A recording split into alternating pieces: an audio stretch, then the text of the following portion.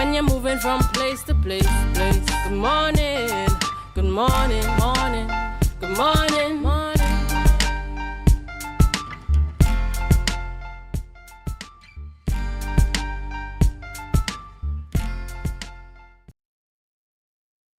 Good morning and welcome to the Tobago Updates Morning Show. I am Candice Jackson, and how are you doing this morning? I hope you had a wonderful weekend. You got some rest. I know I did, and I am certainly grateful for that. Of course, we know we had a Tobago Heritage Festival in full swing in Moriah and in Speyside this weekend.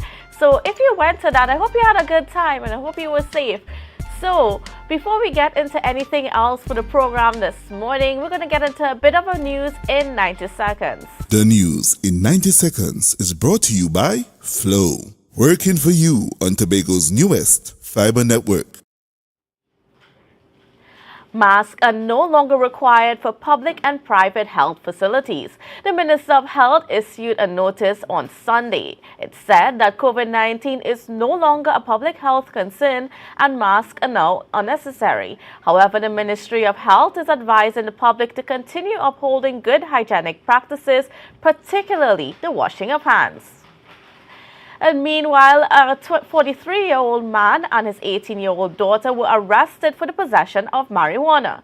The exercise was conducted by the TPAC on Saturday and found the accused in excess of 4 marijuana trees.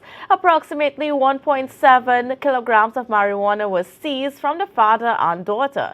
The exercise was orchestrated by ACP Collis Hazel and facilitated by Senior Superintendent Jackman.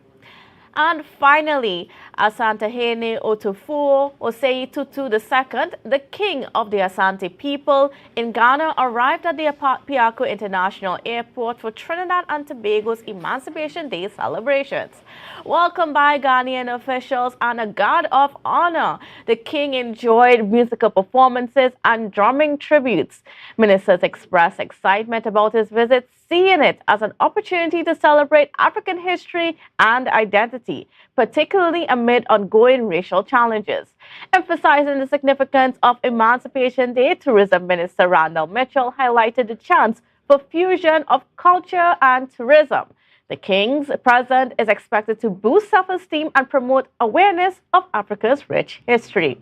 And that concludes your news in 90 seconds. The news in 90 seconds is brought to you by Flow, working for you on Tobago's newest fiber network. Tobago, after freeness is more speed and better TV. Get a free Samsung smartphone and free installation, plus 200 megabits per second, Paramount Plus, and more for only $299 with a select 200 plan from Flow. Visit online at discoverflow.co today.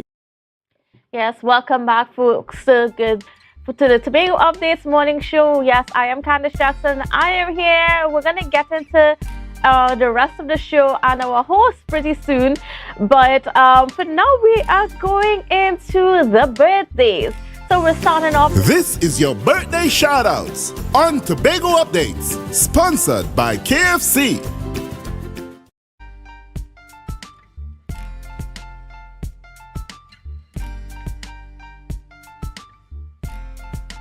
So starting us off this morning, Miss Lindian Parks, a special happy birthday to you from the Tobago Updates team.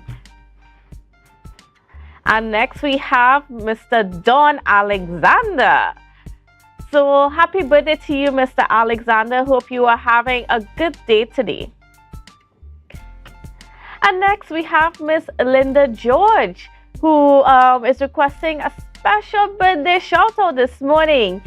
And I hope you are having a very, very special day. And this young man is 70 years old today, Mr. Samuel Phillips. And this greeting comes from his family and friends. And of course, Mr. Phillips is a retired police officer. So I hope that he is treated lovely on this day of his 70th birthday. And finally, we have Mr. Josiah Mapp. And lots of love coming to you from your mom, your brother Jeremiah, your grandma, your grandpa, aunties, and uncles with lots of love. So happy birthday to you. Birthday shoutouts on Tobago Updates, sponsored by KFC. From the experts that created the Zinger sandwich comes the KFC Crispy Barbecue Zinger. The only one I see is you. Cheddar cheese, crispy onions, the most delicious Kentucky Fried Chicken, and barbecue sauce. Get ready for a whole new level of flavor.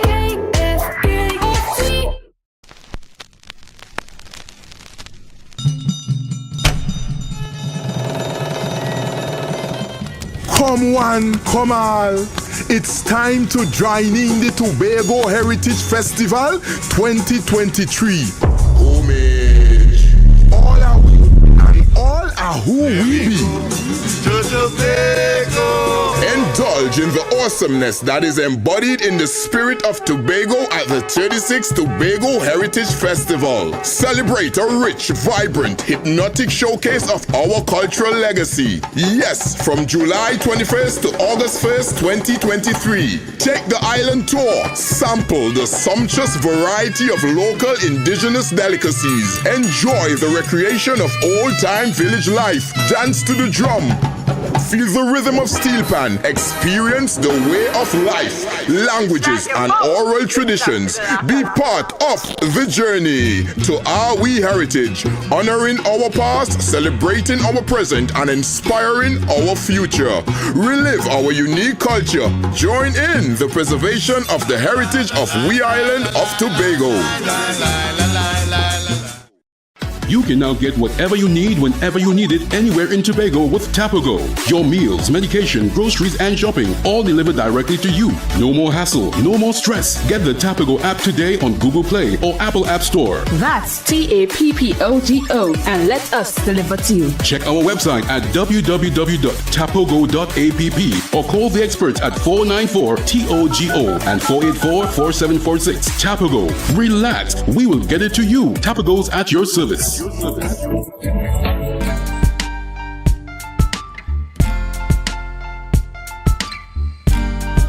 a smile on your face when you're moving from place to place. Good morning. Welcome back to the morning show on Tobago Updates. Good morning, Tobago. I am Adana Combi. I am your host this morning. And yes, we are celebrating Emancipation Day tomorrow. So, of course, I have to represent. We are going into the rundown. Today's program is a beautiful program. We have a nice show for you guys today. And we are interviewing Mr. Elvis Rajman. He is the CEO of Tobago Performing Arts. And we're talking about the Creative Calabash Camp. We're also talking to representatives from the National Youth Awards, Ms. Anne-Marie Digazon and Sherry-Ann Ramlal. And rounding up our interviews later on, we'll be speaking with our friend, Sergeant Joseph Jordan of the TTPS, as he brings us updates as to what has been happening in and around Tobago over the weekend. And as I said, we have a beautiful show for you today, so stay tuned as we talk about all things that relate to Tobago and activities that will be taking place on the island. And we're going straight into Tobago in Focus. But before we go, we're asking you to share the live, share the live, share the live.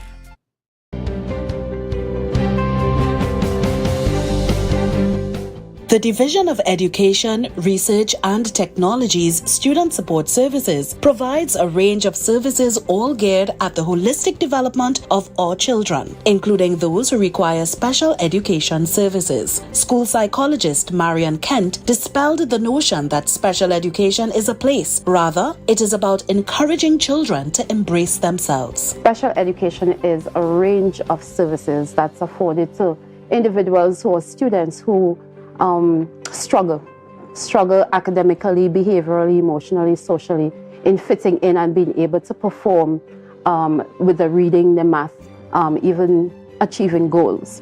Assistant Education Coordinator Susan Grant explained that a child with special needs or one requiring special education services are not limited to academic shortcomings. It also includes children who are creative or exceptional. Special needs is not only what we see or the obvious. We have to talk about those who are the exception, who are brilliant and are moving ahead of our mainstream curriculum, and those who, because of circumstances, may end up needing specialized services. Providing the best services for our children is the department's top priority and often requires collaboration with other divisions and agencies. However, the most important partnership is with the family.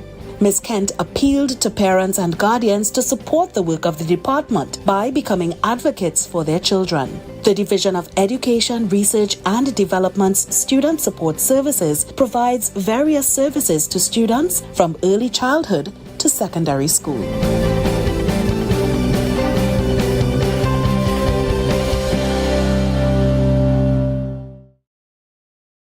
Welcome back, guys, to the Good Morning Tobago, to the morning show on Tobago updates. I am Adana Kombi. As you know, I'm your host today, and we're talking about events that are happening in Tobago. And we have on set with us none other than Mr. Elvis Rajman, the CEO of the Tobago Performing Arts Company. And we're talking today about the Creative Calabash Camp and some other exciting projects and initiatives that are coming up from the TPAC. Good morning, Mr. Rajman, and welcome. Good morning, and good morning to Tobago. How are you, and how have you been, and what is happening? Tell us. We want to know what is Creative Calabash. And we see Creative Calabash is in the letter K and not C. So we want a little bit of background information and the concept and, you know, the idea behind this whole camp. So I'm happy to be here to share with the rest of Tobago and the national public about what TPAC is working on in the next couple of months. So right now we have on the table Creative Calabash. Part of TPAC's mandate was always about sharing and developing young people and the youths. How could we provide training to them? Creative Calabash is actually geared towards that. So we have a summer camp for the next 2 weeks where we have over close to 85 participants now. At some point in time we have to close it off. Right. We have close to 85 participants at this point in time, and we have all these young people from as young as 7, 8 coming in. And they'll be exposed to different areas in the performing arts: dance, music, film, drama. So the idea is that once you're part of this camp, you will leave there after 2 weeks being exposed to all of these disciplines. So we just really want to use this moment to kind of really pass on some of the knowledge that we have learned and we have been able to develop at TPAC to the rest of Tobago. So that's exciting. That's interesting that you said that, because I know usually with these camps that have all these different categories, you either sign up for one. So let's say, for example, you have a sports camp, you sign up for football or cricket or whatever. But you're saying that all participants will be exposed to all the disciplines. Yes, yes. I find I really like that, because I like the fact that they're exposed to, you know, each and every discipline, and they could learn something different from each one, you know. It's something to extract from the art itself, yes. Right? And you spoke about other upcoming events, but before we move on to that, how does one register? I know you said you're supposed to cap off soon. So I think today is the last day. Today is the last day for registration. So anybody who wishes to get their child exposed to that, it's going to be wonderful. Right. The artistic director, the dance coordinator, the film director, the music coordinator, they're all working very hard behind the scenes to ensure that this is a wonderful experience to any child. Because a child is the children that we're catering to at the stage where they themselves aren't too sure what they like or what they don't like. So by exposing them to a cadre of different things, they could then start gaining interest. A parent could then start zoning into what a child may want to pursue down the road. But also, we have seen, and I'm a product of this, how being in the creative arts could really help sharpen your focus and sharpen your tools to become somebody out here that could really add value to the society. Yeah, I totally agree. And I mean, you mentioned some other upcoming projects and initiatives. So tell us about them before we... So we have Busy Bees at TPAC, Busy Bees. So we are currently working right after Creative Calabash, which starts on the 11th to the 26th at Shore Park Complex. Parents will bring their children there. They'll be taken care of for that period between the hours of 9 and 4 p.m. We have a showcase on the 26th that we can invite members of the public to come in right at Shore Park. So the parents and well-wishers could see how the children have been able to develop over time. So those are things that are currently in making, and you could easily go on to our social media page or Instagram page, and you can get information in regards to Creative Calabash. So that's this 11th to the 26th. And is there a cost attached, or is it free? There is no, it's not free, because TPAC is about monetizing. Right, the company is very big on monetizing. Right. So once you register a single child, it's $600, and we have tiers. But all the information is available on our page, and you could just register. Sounds exciting. If my child wasn't in camp already, maybe I might have considered it, because I mean, performing arts, anything artsy to me, I think it kind of gives you the interest to be interested in other things and to explore and expand, and your curiosity and all these things, and the expression itself, as well comes out in the performing arts. I love the arts, eh? I know. Right. So tell me a little bit more of what TPAC is doing at this present time. So right now we have our big upcoming event is Tobago Jam. Last year, TPAC championed the cause and produced Tobago Jam on behalf of the Division of Tourism, Culture, Antiquities and Transportation. And we were asked to do it again this year, because if it's nice, do it twice. Right. So the team is working very busy behind the scene, really putting that together. But we are actually doing it with a twist. In celebration of our Independence Day celebration, the team is working on doing this amalgamation celebration of our independence, while using that as a platform to launch the upcoming Tobago Carnival. So it'll be a nice twist of really celebrating the independence and really being all patriotic, but at the same time using this moment to launch a very major event to the island, which is the Tobago Carnival. Sounds very interesting. You know, as I said, the arts, allowing people to express themselves, creating opportunities and avenues for people to just be creative, you know, I like it. And, you know, productions coming out of TPAC is always something we look forward to. If we have looked at any of their productions in the past, you know, you have the fields, you know, you had the goosebumps and the feels. So we know that it's going to be something that is good, something that is worthwhile, and is something that we should get involved in and partner with the TPAC as they continue to produce, make these productions, right? Yes. So we thank you so much. Is there anything else, any more information you want to share with us before we... So we want the rest of Tobago and the rest of the island to stay tuned with TPAC, because we have a packed season down to December. So right now, again, our main focus right now is Creative Calabash, which starts on the 11th to the 26th. Then we go into Tobago Jam, which is on Independence Day. So we're creating a mega event in Tobago. So people coming in Tobago Independence Night, Shore Park Complex on the outside will be the place to be. We have some big name acts to drop that's going to really excite the island, and that is going to also be used to celebrate the independence as well as launch the Tobago Carnival. Right after that, we have a major production. We are recognizing someone who is dear to the soil, Calypso Rose. We have the Calypso Rose musical that we done on the 20th of October, just before the Tobago Carnival, in celebration of all the contributions of Calypso Rose. And this is a production that was done just about a month ago in Canada, and we had members of the Tobago Performing Arts going up, the artistic director Rishon Pei, Shaquille Jones, as well as Dwayne White, and yes, they all went. The name they can't come to me. I know. They all went to Canada, and they participated, and it was a sold out performance. And we're going to premiering it here in Tobago for the first time, Tobago Carnival. Well, when you said musical, you got me by musical, eh? Yes. Because I can't think of, or I can't remember of any musical production being done on a Tobago stage. It could have happened, but I can't recall. But we just actually came out of Once on This Island. We did Once on This Island just a couple of weeks ago at the Pigeon Point Heritage Park. Right, and I missed that. Yeah, I totally missed that. And I regret it, because I heard good reviews about if you think Once on This Island was it, the Calypso Rose is top tier. Watch now, so I can get a complimentary ticket. No, well, tickets are going on sale, because I think celebrating the life and what Calypso Rose has been able to do as an artist, as a musician.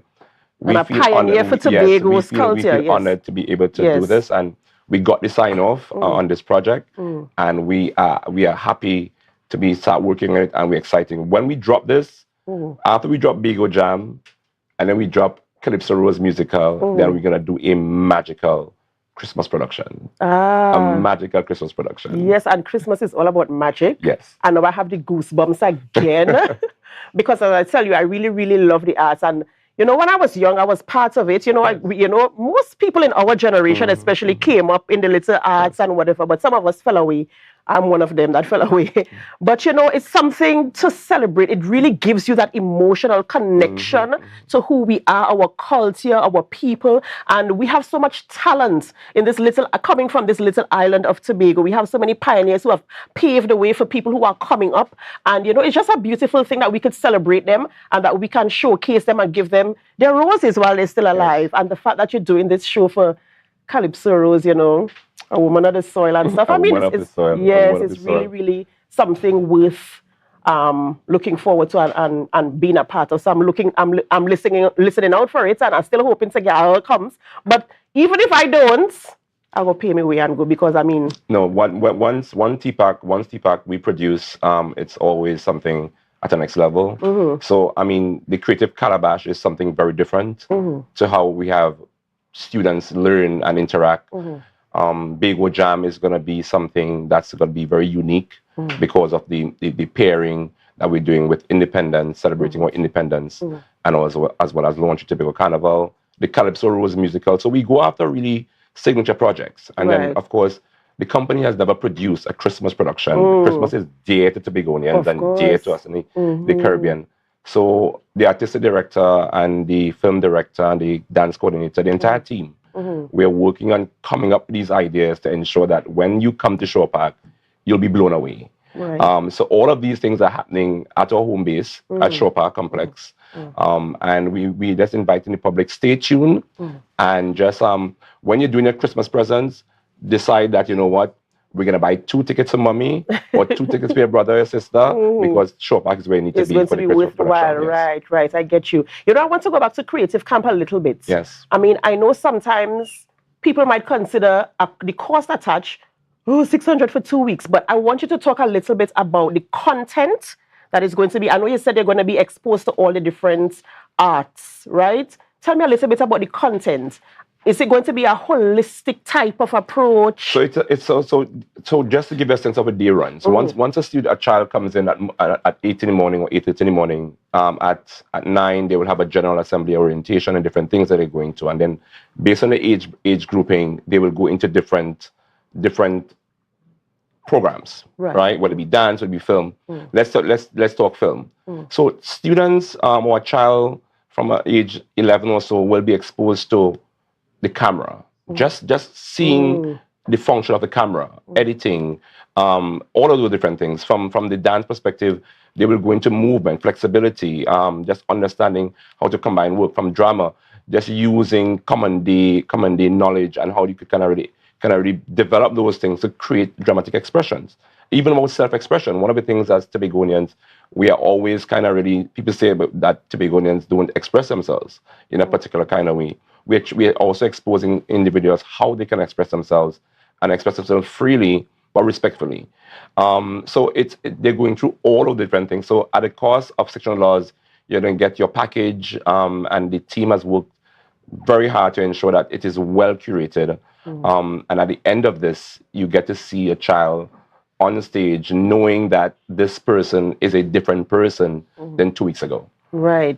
And I like the fact that you said, I mean, 85 children have already registered. Yes. So the $600 is not an issue, right? What the thing is as long as people know that they're going to get value. Yes. For the investment, because I don't see it as a pay, like you pay for something, it's an investment. Because I don't think after the 2 weeks, these children are just going to forget what they learned. They're not just going to forget. I mean, just knowing my team at TPAC, those children are going to be inspired. They're going to be telling their mommy and their daddies and their aunties, I want to come back. This is what, so we are about breeding a next generation. If TPAC is to survive, we have to kind of really start with this generation, piquing their interest, sparking their interest. And this is what the team has put together. They put together a program, a syllabus, a curriculum that really, one, will reach them at their level. So a 6-year-old will not be doing the same thing as a 12-year-old. So we have divided the camp in areas so that they're in grouping so that they could learn at a particular level, or we could communicate with them in a particular kind of way. And at the end of the day, when these students leave there, I feel confident that they'll be changed individuals. And I like the end game, you know, the objectives, the end game is that when they leave, they'll be confident individuals, knowing how to express themselves, piquing their curiosity and wanting more from this type of environment. So I really, really appreciate that. Guys, we are speaking with Mr. Elvis Rajman. He is the CEO of TPAC, the Tobago Performing Arts Company. And we're talking about things that are happening in and around TPAC, programs that are upcoming. We heard about the Creative Calabash Camp. We heard about Bago Jam. We heard about the Christmas event that is coming up at the end of the year. We also heard about the musical with our very own Calypso Rose that is coming up. So TPAC is doing a lot of things. They're pooling their resources together, all the talent and all the magic that is inside of the TPAC, and they're bringing it out for us, the local. Well, not even local only, because I mean, we want people to come. We want them to come, and we want them to experience who we are and what we do and how we deliver it to our people. So if you don't have any ideas, as Mr. Rajman said, they don't have ideas for Christmas presents, you can buy 2 tickets. If you're looking for something that is different, Calypso Rose. If you're still looking for a camp for your child, Creative Calabash, and don't forget Bago Jam. So these are the few of the things that are coming out of TPAC, and Mr. Rajman is very excited, and he's building my excitement, because you guys know that I love the performing arts, and I love the fact that we are making these things accessible to the generation that is upcoming, so that we could, procure our culture, we could preserve it, and we could, of course, generations that will keep coming up will have some sort of exposure. So we'll continue to preserve our culture. Well, it's about speaking the language, and we have learned to listen to what the ground is saying and speaking the language. So I'm happy to be here to share this information, and I look forward to the rest of the island and the rest of the country to just follow us on social media and stay tuned, because we're going to have a pack season. Right. Before you go, just give us your social media handles. The social media, just TPAC at TPAC on Instagram. Right. On Instagram. I don't know I can't remember the exact thing, but just once you do a Facebook search or Instagram search, you will find them. Right. Yes. Thank you so much, Mr. Rajman, for being here with us this morning and sharing all the information coming out of TPAC Tobago. You have heard it. TPAC is doing things. There are going to be events on the island that you can participate in. Invite your friends, phone a friend, call your friend from England, Africa, wherever they are, and tell them, listen, this is what is happening. You need to be here and be a part of it. But right now, the main thing that they're focusing on right now is the Creative Calabash Camp. So get your kids registered if you have not yet registered. It's $600, and they'll be exposed to all the arts that the performing arts provide. Thank you, Mr. Rajman. Thank you. And lastly, I remember the name. It was Khadija. I can't forget her. It was Khadija. Because you would not have been forgiven, No, I can't forget. Dwayne and Khadija. Right, good. So guys, we're going to go to a break, and we're going to come back with our other guests. But before we go to a break, we're going to invite you to do what? Share the live. Share the live. Share the live.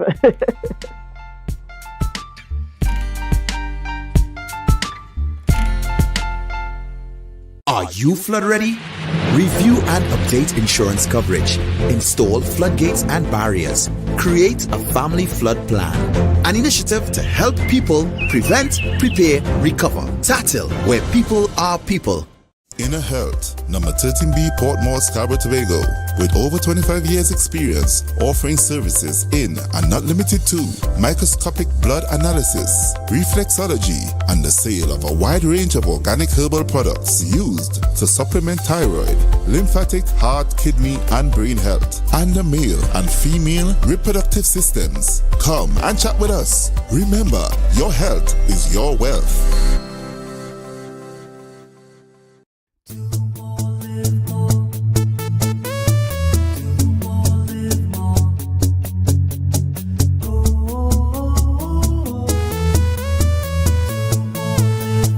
This is how it's gonna go.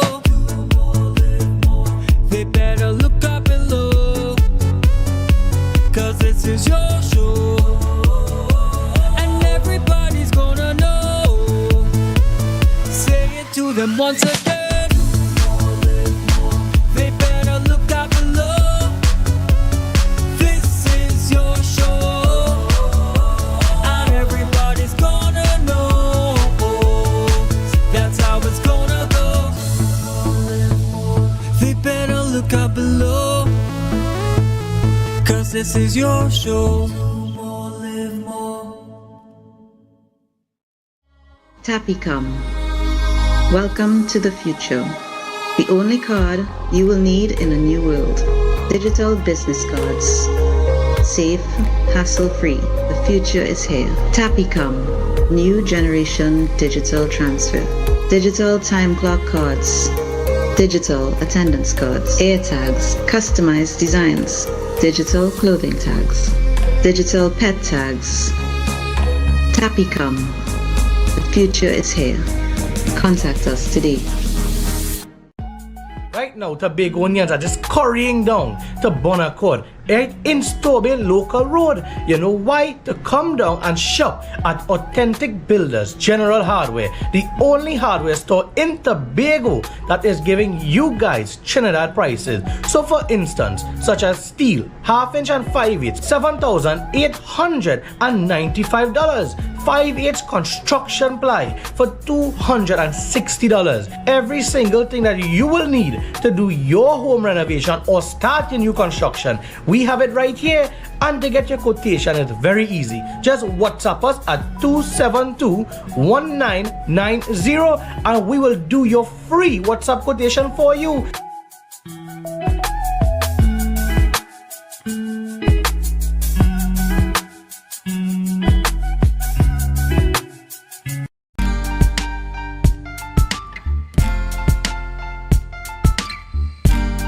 Put a smile on your face when you're moving from place to place. Welcome back, guys, to the morning show and Tobago Updates. Thank you so much for staying with us. Thank you so much for sharing the live. Thank you so much for being a part of our family here at Tobago Updates. And we have in studio with us our next guest, Miss Anne-Marie de Gazon, and she's the Youth Development Director in the Division of Community Development and Sport. And we're talking about National Youth Awards 2023. And I understand that nominations are open. So we're going to talk a little bit about what the National Youth Awards are, how you get nominated, what are the criteria, etc., etc., etc. Good morning, Ms. de Gazon, and welcome to our program. Good morning, and it's great to be here. You look so warm and fresh on this Monday morning. Thank you. Thank you. So tell us, we're talking about the National Youth Awards. For those of you who don't know, this is an annual event where we nominate our young people in our communities. Let me not go ahead, but I'm just telling you what I know, my little synopsis of what I know. We nominate youth in our communities who have done community work, whether it's whatever categories they are. Ms. de Gazon will tell us more about it this morning, but she's here to tell us about our National Youth Awards. So tell us. Well, you are doing so well. I think you have it on the button. So it's all about youth. It's about youth development, recognizing the people who have contributed in youth development, the organizations, and most of all, the young people of Tobago. But I just want to back up a little bit to say that the National Youth Awards, of course, is done in the main by the Ministry of Youth and National Service, my DNS. And the ministry really is focused on providing advanced development opportunities for young persons, creating supportive economic and entrepreneurial environments. And the Youth Award can be seen as maybe a culmination of all of that over the period of the year, where young persons who contribute in various phases of life are recognized for their worth, and the youth organizations that support them as well. The Division of Community Development, Youth and Sport, of course, is partnering in this venture with the ministry. We are the counterparts on this side of the country. And as we all know, the Division of Community Development, Youth and Sport is focused on building communities, co-creating sustainable developments for our young persons of Tobago. So having said that, we're going into this year's 2023 National Youth Awards that will recognize young persons in several category areas. And I want to maybe, since you've asked, I'll breeze through some of those areas right now. Let's get straight to it. So we're looking, there are 8 individual categories for persons between 10 to 17 years old. And just to recognize, because I know many persons in Tobago still think that a youth is between 12 to 29, and I was saying that was adjusted, so we're down to 10 years old, so the little ones can get in as well. And the upper age was also adjusted, so we moved from 29 to 35. So you could I was now going to say, if you look like you look this morning, you might pass. You might get it. So between 10 and 17, there are 8 individual categories for areas like agriculture, arts and culture. And I saw we just had TPAC on entrepreneurship, social media, influence, sports, and there's quite a few more. Then we also have 8 between 18 and 35, there are also 8 awards that will be recognized. So both groups are catered for there. Then there are 4 individual open categories. It doesn't have an age restriction between 10 and 35, anyone in there. And we're looking at areas like health and wellness, science and technology, you know, those broad engineering and math, those STEM, technical vocational areas and youth service. Then we have 5 categories which will focus on arts and culture, environment, and these are for groups now. So we're looking at youth groups and youth organizations who are serving environmental sustainability and preservation. And then we're looking at the outstanding youth organization. And that's always a premier award. Yes. You understand me? Those organizations that work hard over the years, serving the young persons and, you know, bringing them together. That's a prestigious award. But we have 2 special awards, the Youth Mentor and Advocate. This is one that I am particularly interested in this year. And then we have the Champion Youth causes. And Champion Youth Causes now is for the organizations that support the work of youth development. I want to put that out there.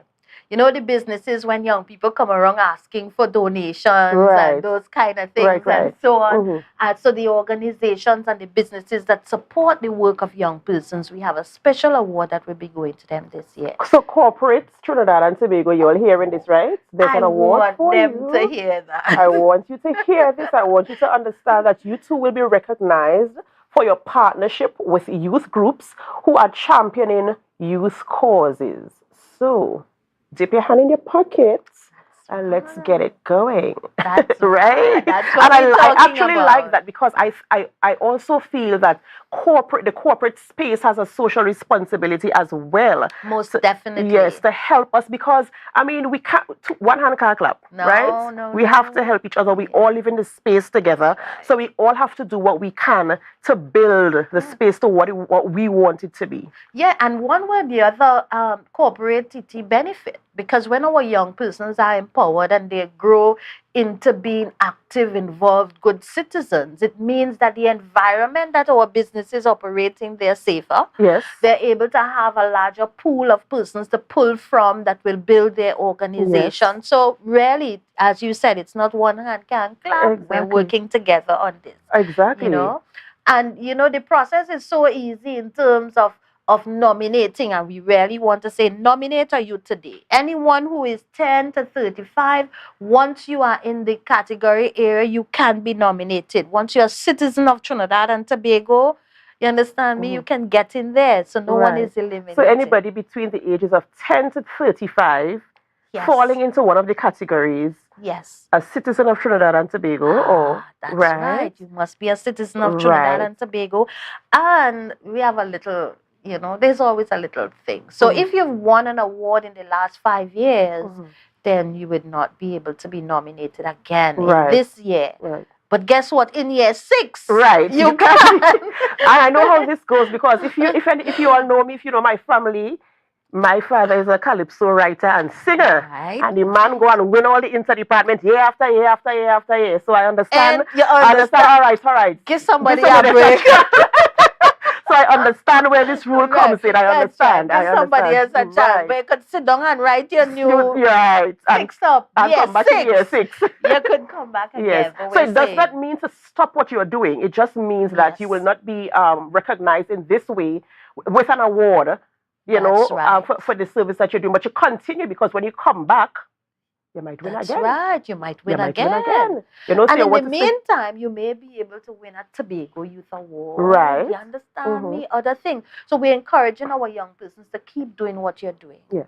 You know, it may take time sometimes to develop to this level, but keep doing what you're doing. Yeah, because I mean, it makes a difference, as you mentioned earlier, when we were talking about corporate Trinidad and Tobago. We were saying that it does make a difference when you see these youth groups come together. You know what makes me feel happy? When I see something as simple as a beach cleanup. Yes. These things make me so happy. Yes. When I see young people coming together for a cause that is worthy of recognition. Yes. You know, a simple beach cleanup. You know, it That's means right. it means that they've realized that there's an issue here. Mm-hmm. They've realized that, listen, our food is in jeopardy. That's right. You understand? They realize that our environment is in jeopardy, and they have taken the action to do something. They're taking ownership. Yes, They're yes, getting involved. yes. They're not standing by. And waiting for the government or this one to do it or that one to do it. They've come together to do it. So I really applaud this initiative to recognize people for doing this, because I mean, I know sometimes we say, why should I recognize you for doing what you're supposed to do? But when what you're supposed to do is not the norm, you have to recognize it. Yes. Right? You have to recognize it, not only for the sake of recognizing it, but also for the sake of encouraging you to continue. And that really is what it is about, because you would see when persons see that, hey, you've climbed the ladder, your work is being rewarded, you are recognized for your worth and your contribution to the country, then others are inspired. Yes. They too can do more. And so Yes. this is what the award is really all about. And it's really, really lovely. And I'm encouraging all the youth groups out there, all the young people out there, to get involved in some type of youth activity. There's so many youth groups across the nation. Yes. So many different youth groups. You know, they have the police youth group, you have community youth groups, you have youth groups that the government are partners with. So just find something to do, or form your own youth group in your own community, champion the cause in your community, and let's get the thing going. Most right? definitely. Yes. So the award, and we are in the nomination period right now, so we are encouraging persons to get out and nominate. You know, sometimes we don't think about, we know there are people doing out there, you know, but we want to nominate them. We're waiting for them to step forward and put themselves. So if you know somebody who is actively, passionately them. doing something, Yes. nominate them. That's But how right. do you nominate an individual? Well, we are asking you to visit the website, the ministry's website, www.mydns.gov.tt. All of the information is there. There's the application form, how you should nominate, the details of the categories. So you would see the requirements in each categories to help you with nominates. So just go to the website, click on the award section, and you have all of the information. All nominations must be submitted online. Right. But we've also realized that there are young persons out there who may not have devices or internet and so on. So you can visit any one of the NALIS branches. So you can go in, and they will assist you if you need assistance, and you get online and you submit your nominations. Only online nominations will be recognized. Right. So if I am not a young person, or if I don't fall into the category of 10 to 35, but I want to nominate somebody, can I? Or is Yes, it- you can. Right. Yes, you can. So this is for everyone, and I'm making that very clear. But there's a category for persons beyond 35, you know, the youth mentor and the advocate. Right. Okay. Yes, so persons who have been working to support and to encourage and help, you know, young persons out there, there is also a category for you. So anyone can nominate, but the award, in most of the awards, are for persons between 10 and 35. So you've heard that, Trinidad and Tobago, and everyone who's listening to us. Don't be afraid. Don't say, well, I'm not 10, I'm not between 10 and 35, so I'm not nominating anybody. If you know somebody, you can nominate them for the prestigious awards that is known as the National Youth Awards. And this award is coming up, this ceremony is coming up on, what is the Youth Awards? Well, it is going to take place sometime in the month of September. In September, okay. But of course, you know, we will come back and share Right, the of details course, of course, that, of so course. that it has to be held. Right. But for now, the focus is getting the nomination. Because if we in, yes. have no Then you nomination, can't have an award, so we have to nominate. That's right. And when do nominations close nominations close off somewhere around mid-August. Just in time for International Youth Day, which is Right. about the 12th of August. So we have just about 2 weeks. Just about, yeah. But don't wait for 2 weeks. Yeah, you know, don't we wait kinda until have the to last. wait now. Yeah. So let's make sure and get it in this week. Tell yourself this is the week to nominate. Yes? Yes. Get it in. Find a young person, even the shy ones. We know we've been seeing, you know, there is a award for youth service and humanitarianism. And I like that. Remember, there was a big blow up about the young people who found things and returned them. And, you know, during the year, we see so many stories of young people doing good things. We see young farmers out there, young entrepreneurs, people in business, people in, you were just talking about people in the arts and the culture and what they're doing. Those young persons who have been training for Heritage Festival for all of these months and they're out there working hard and doing that while they're still busy. Come on, parents, adults, teachers out there, nominate them, man. They're doing good things. And let's make sure that we have a good field of persons to choose from in the selection process of the Youth Awards. The team who is working on this at the ministry and at the Department of Youth Development really working to make sure that we get it right. This is about promoting our young persons. This is about promoting community development, sustainable youth development, recognizing the worth of our young persons and their contributions to our development in Trinidad and Tobago. And as I said earlier, you know, when you recognize somebody's contribution, it just encourages them to do even more. That's right. It encourages them to do more and even to encourage others to come along with them. So people, let's get our nominations in. The National Youth Awards 2023 nominations are now open. They're open today and they run somewhere between now and the 12th of August, thereabout, but we will get back to you with the final close-off date. Oh, but it's certainly online. So when they get it, they will see the deadline. Right, And I'm okay. looking at now the 13th of August. There so we go. One day after International Youth Day. Right, so you have will time to see get in there. The 13th of August is the final deadline. And you will see on the screen some of the award categories, right? So these are the categories that you're nominating your youth for and your youth groups for. We start nominations from today, which is the 31st of July. Yes. Is it? Well, it has been open about a week now. So we kind of...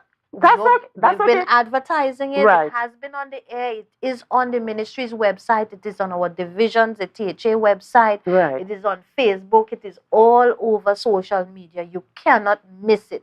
So make sure that you get in and you nominate someone today. Right. And the website is, I just saw it on the screen. Let me see if I could pull it back up. www.mydns. That's mydns.gov.tt. That is where you go to get the forms for your nomination. You insert all the information as required. You ensure that you read all the criteria to nominate your nominee and get the nominations in. So we're speaking about National Youth Awards 2023 and the nomination process, the categories, and the category from me to Yes, ma'am. Right? I'm sure you're working with a youth group But out there. Of course yes. I am. You know, they are our future, so you have to work with them. So you the have to- category youth mentor and advocate, it's in there. There are some great prizes to be won. Persons will be given unit trusts so they get them to start up a saving. Right. Yes. Let's talk about all the juicy stuff after the break. We don't want to let the cat out of the bag too soon. So guys, we're talking about the Youth Award, the National Youth Awards and the nomination process, the categories. And we're going to go for a short break. And when we come back, of course, we're going to be talking about the prizes and all the other exciting and interesting stuff that are in tandem with the National Youth Awards. So guys, we go for a break. But before we go, remember to share the live, share the live, share the live.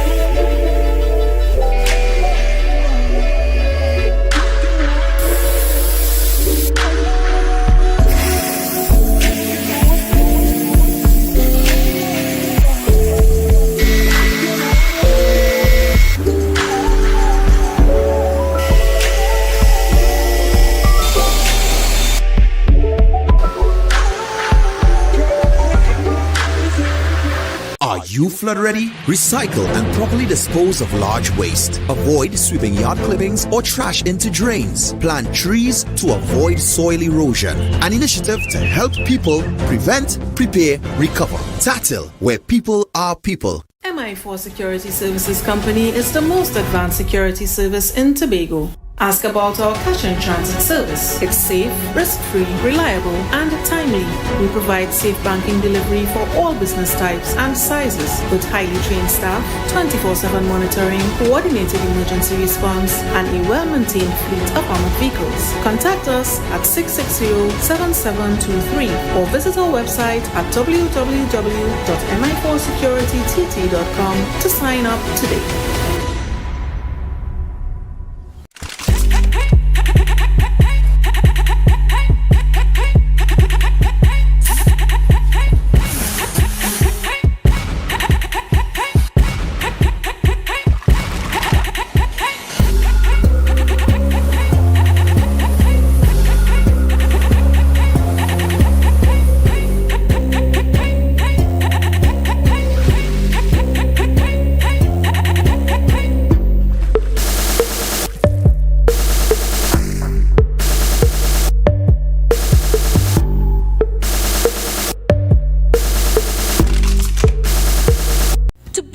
Supplies has been a leading name for over 37 years in the glass and aluminum market in Tobago. We provide an extensive range of high-quality, innovative aluminum and glass products for commercial and residential use. Competitive prices with superior and professional services by committed employees who are guided by rigid quality standards. Tobago Glass Supply specializes in the manufacture and installation of glass and aluminum products that are essential to today's homeowners and the business environment. We are engaged in marketing, sales, and installation of a variety of products. These ranges from windows and doors to necessities such as mirrors for homes and vehicles, designed and manufactured in-house or imported.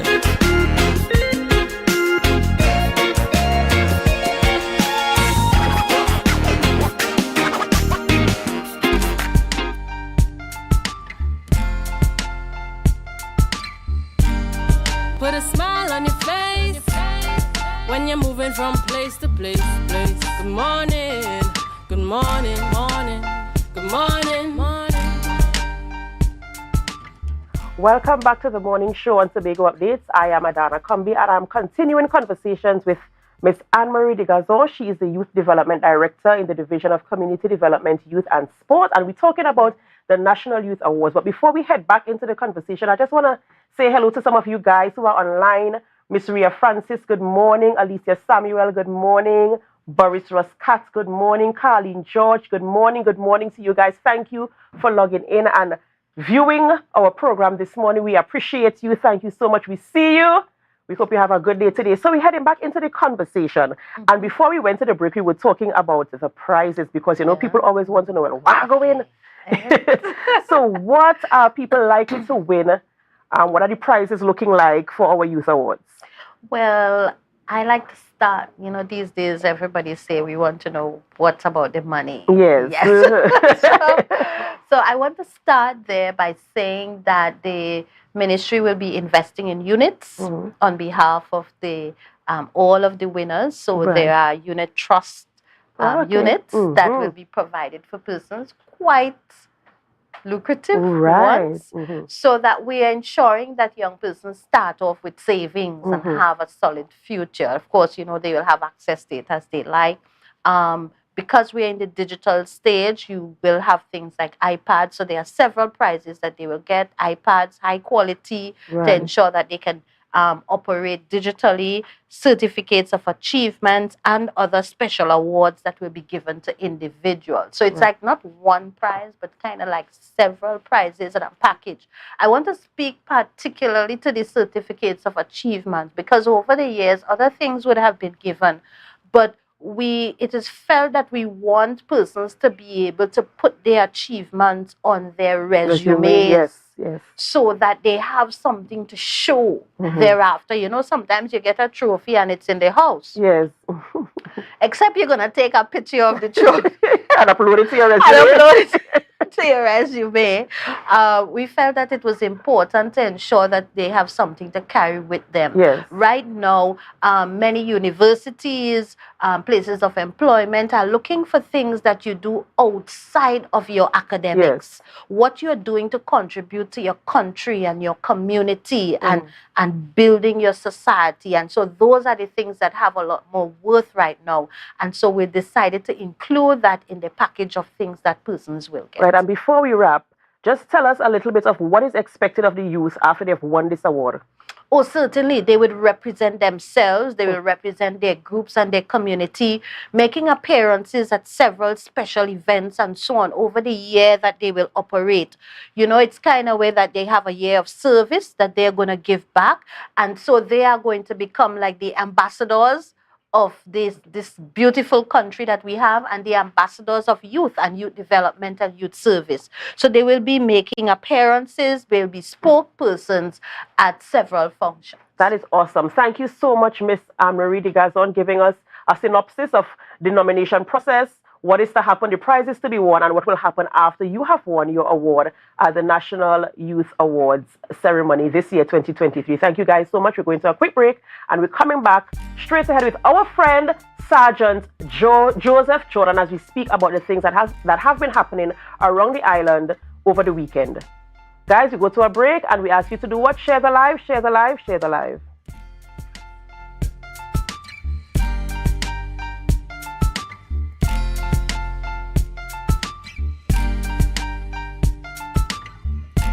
The best place to stay in Tobago is at Thorn's Place, with rates starting as low as 200 TT. Call or WhatsApp 745-7306 or 682-8676. We are located uptown Scarborough, 5 minutes away from the port. Remember, at Thorn's Place, our aim is to make your stay safe and affordable. Are you looking for a place for your loved ones? Heavenly Care welcomes you. Located at Northside Road opposite Massey Motors, we offer a variety of services. These include doctor visitations, social activities, geriatric care, and much more. Contact us at 277-9595 or visit us at Northside Road opposite Massey Motors. At Heavenly Care, compassion is at the heart of all care. Jimmy's Holiday Resorts has 1, 2, and 3 bedroom, fully self-contained apartments located at the heart of Crown Point. Minutes walk to the popular beaches, restaurants, bars, and the airport. Enjoy our amazing amenities such as fully equipped apartments, complete with Wi-Fi, AC, TV, and a pool, and a mini-mart on the compound. Call 639-8292 or 8929. Jimmy's Holiday Resorts is your family's home away from home. Yes, be careful.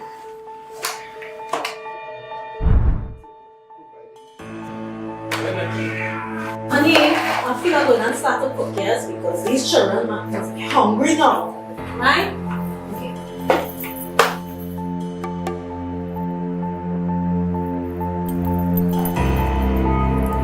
Oh, shucks.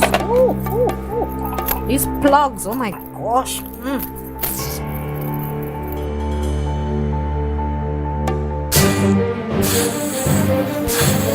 Hey, relax. Hey, come from there. Come from there. What's going on in here? Oh God, boy. What would you do if this happened to you? Dial 990 in case of fire emergencies and always have a serviceable fire extinguisher ready and available at all times.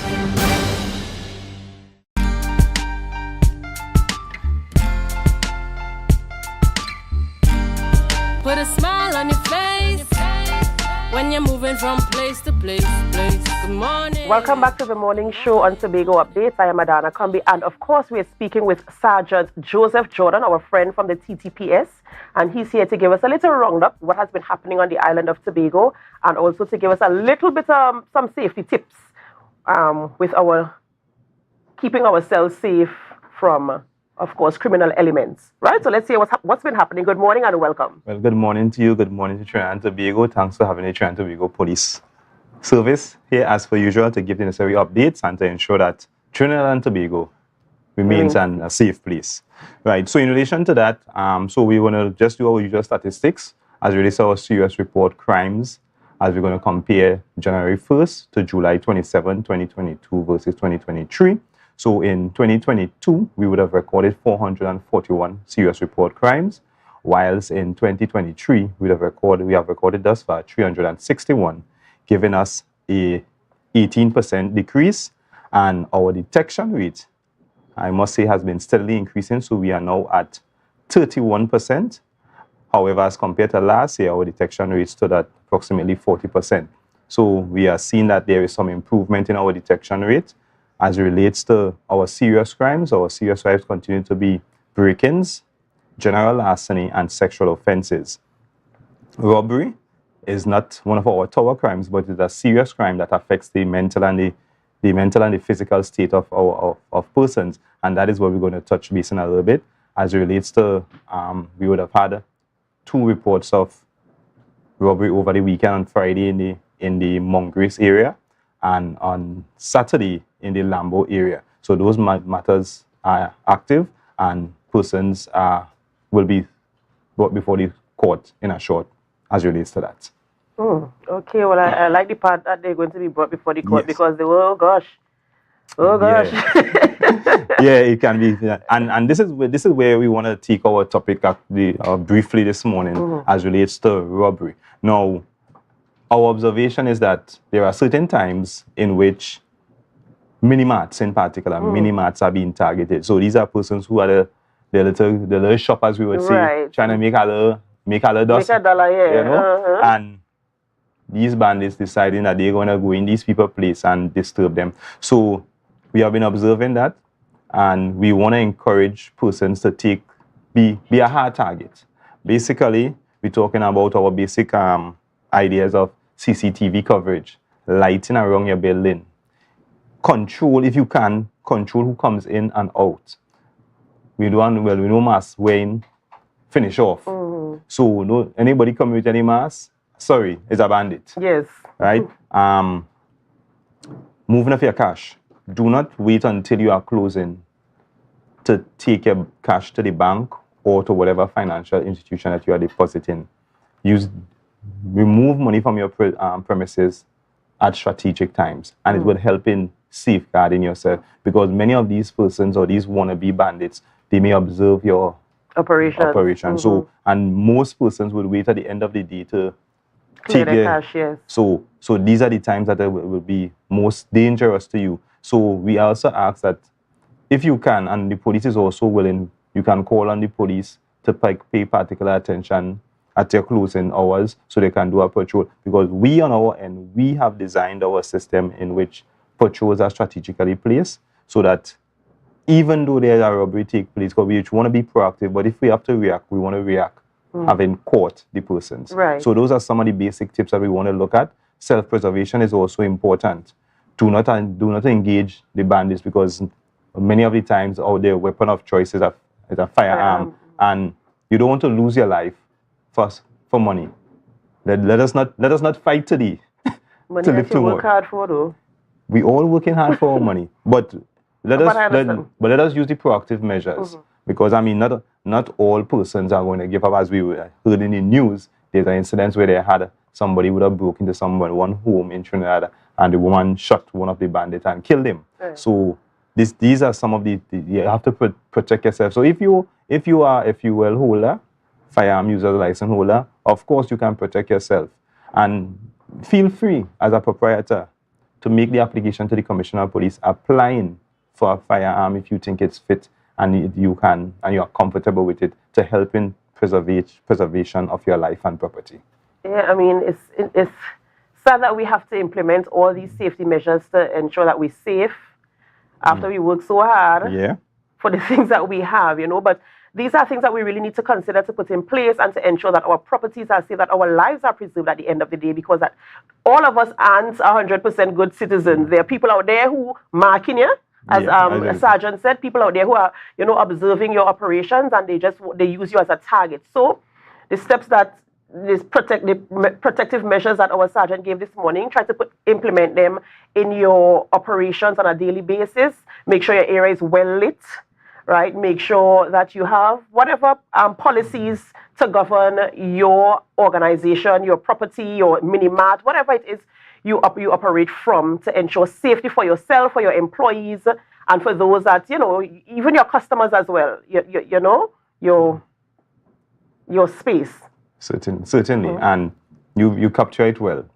Self-preservation, protect your property, protect your family, protect your life. That is what and we, the Trinidad and Tobago Police Service, we are going to do what we need to do to ensure that the citizens of Trinidad and Tobago remain safe and comfortable throughout in our their islands. environment. Thank you so much, Sergeant Jordan, our friend here at Tobago Updates.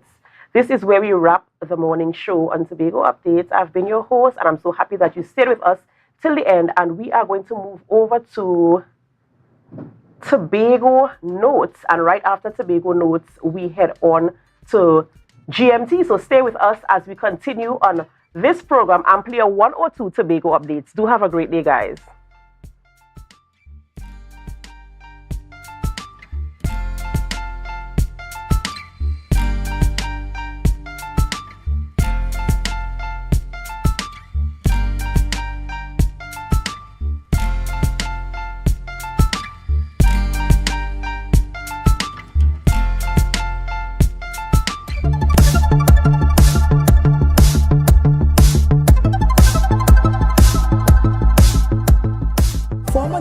Football player Kenya Yaya Cordner is once again giving back to her community of Speyside and by extension the island of Tobago.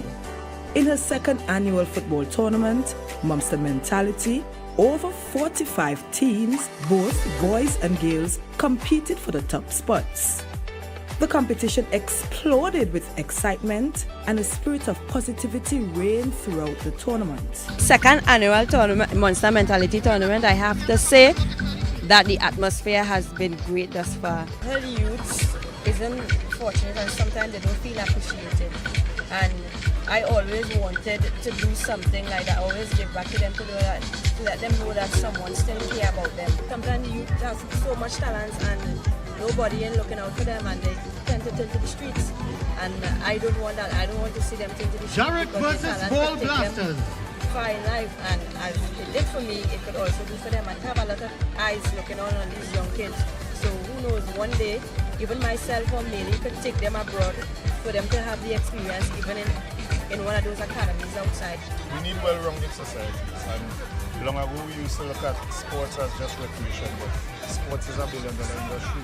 We beat the children, go inside and anyway, but I'm not on that advocate side. We have to get a good mix in both. Education is very important, very, very important, but I believe that sports is an avenue, because as you said, everyone can't be involved in academically inclined, but you surely have a gift. And if you channel that gift correctly, that gift could turn into a car. I think it's a good initiative for the kids. Most important at the U9 level is where they're going to play and have fun, and it's a kind of introduction to football. At the U11, you know, they're going to compete more, and for me, I'm so happy to see so many kids off the street and actually doing something constructive. So for me, I think it's a good initiative. The initiative is a good one. I think for the year so far, this is one of the most organized events that we have participated in. Right? Really top of the line. Everything running smooth, nothing running helter-skelter or anything like that.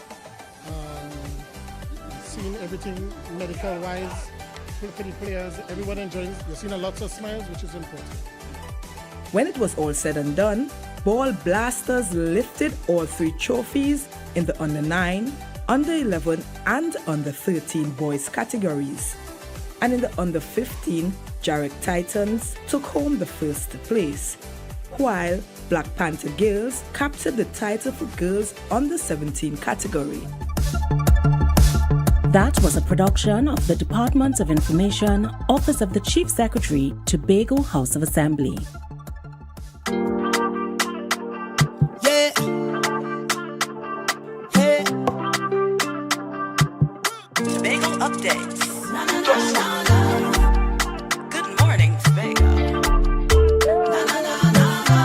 Wake up with Candace and Denasia. Let's go.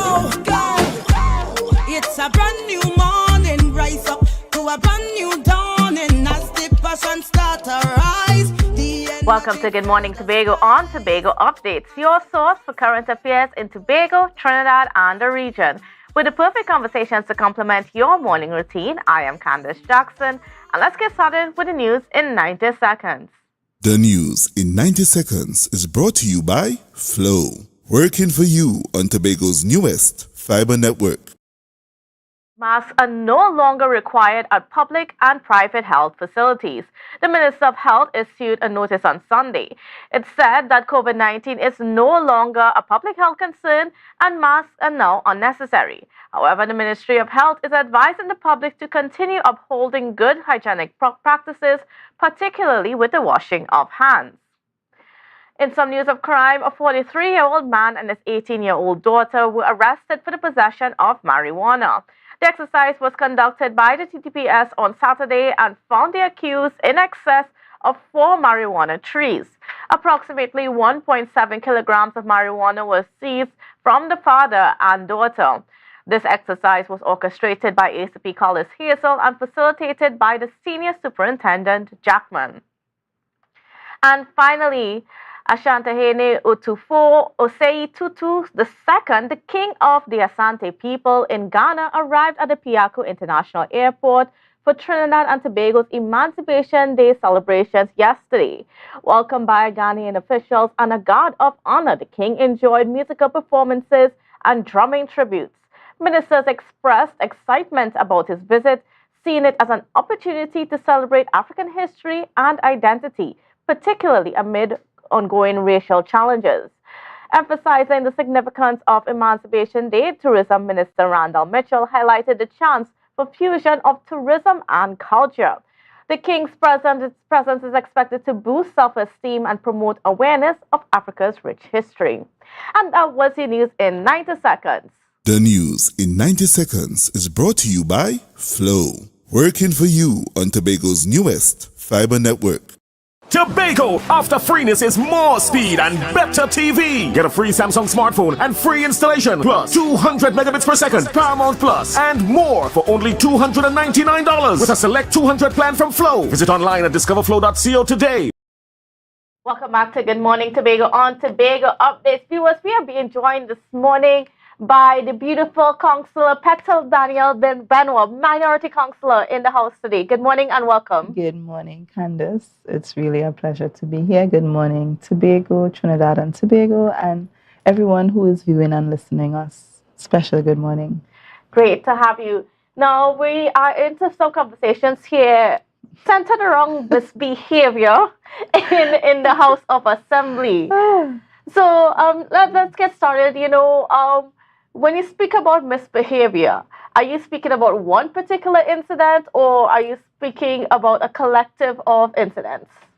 Well, when we speak about misbehavior, we actually speak into the special sitting particularly. And of course, there are a number of incidents that would have occurred at the special sitting.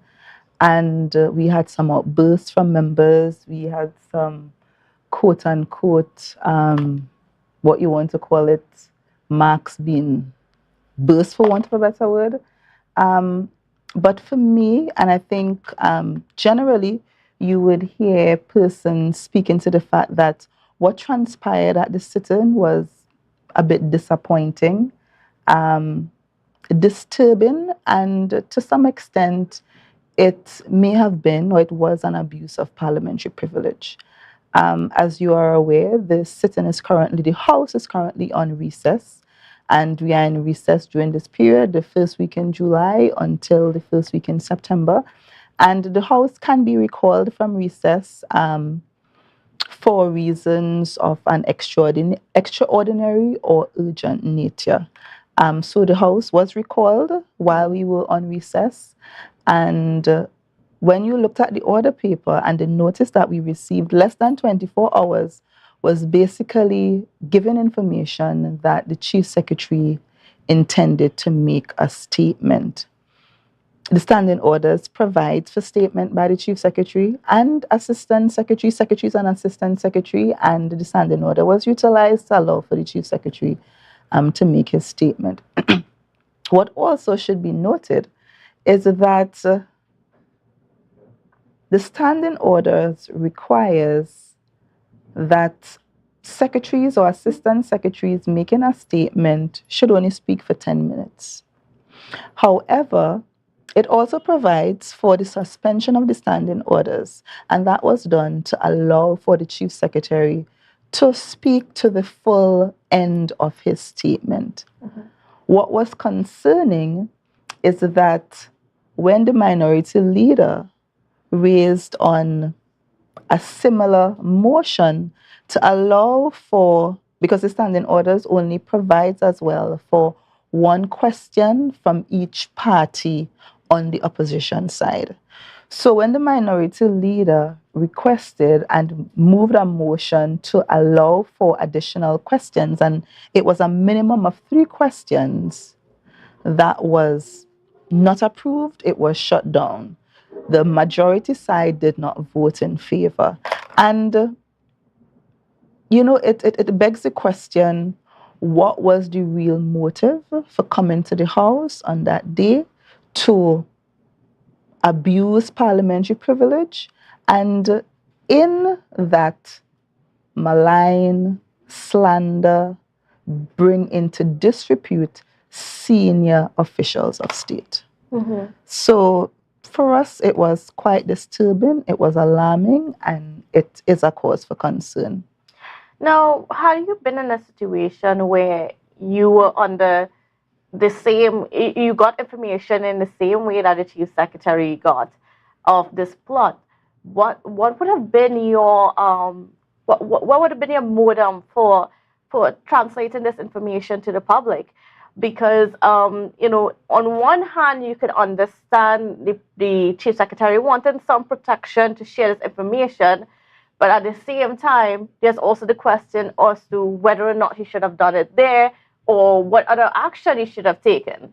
So thank you for that question, because the standing order provides for motions to be laid in the House.